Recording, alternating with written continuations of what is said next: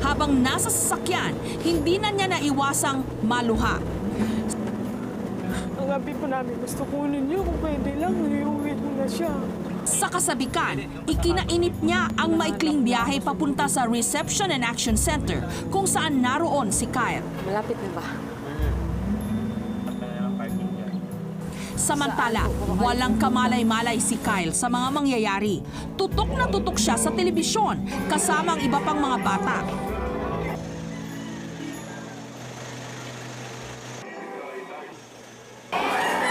Morning, ma'am. Saan po yung anak ko? Saan po? Saan siya?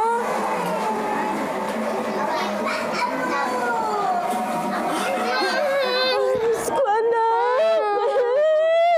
Payat pa lang yung anak ko!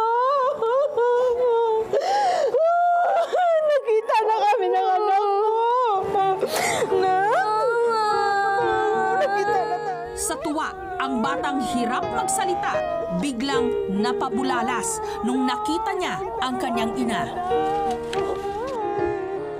Di ba, anak? Talaga, anak ka? Bait-bait ng anak ko na to eh. Diyos ko. Di ba, anak ka? Uwi na tayo, ha? Kita mo na yung kapatid mo.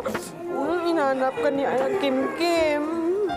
Saan na daw si Kuya? Sabi ko, hindi. Nakikita na si Kuya, anak ka. Agad namang kinumusta ni Aling Judy si Kyle. Uwi na tayo doon. Musta ka na kaya? Ito puso mo. Musta ka puso mo dito? Yung dito mo, hindi ka nilagnat. Dito, puso mo, wala nang sakit dito. Wala na.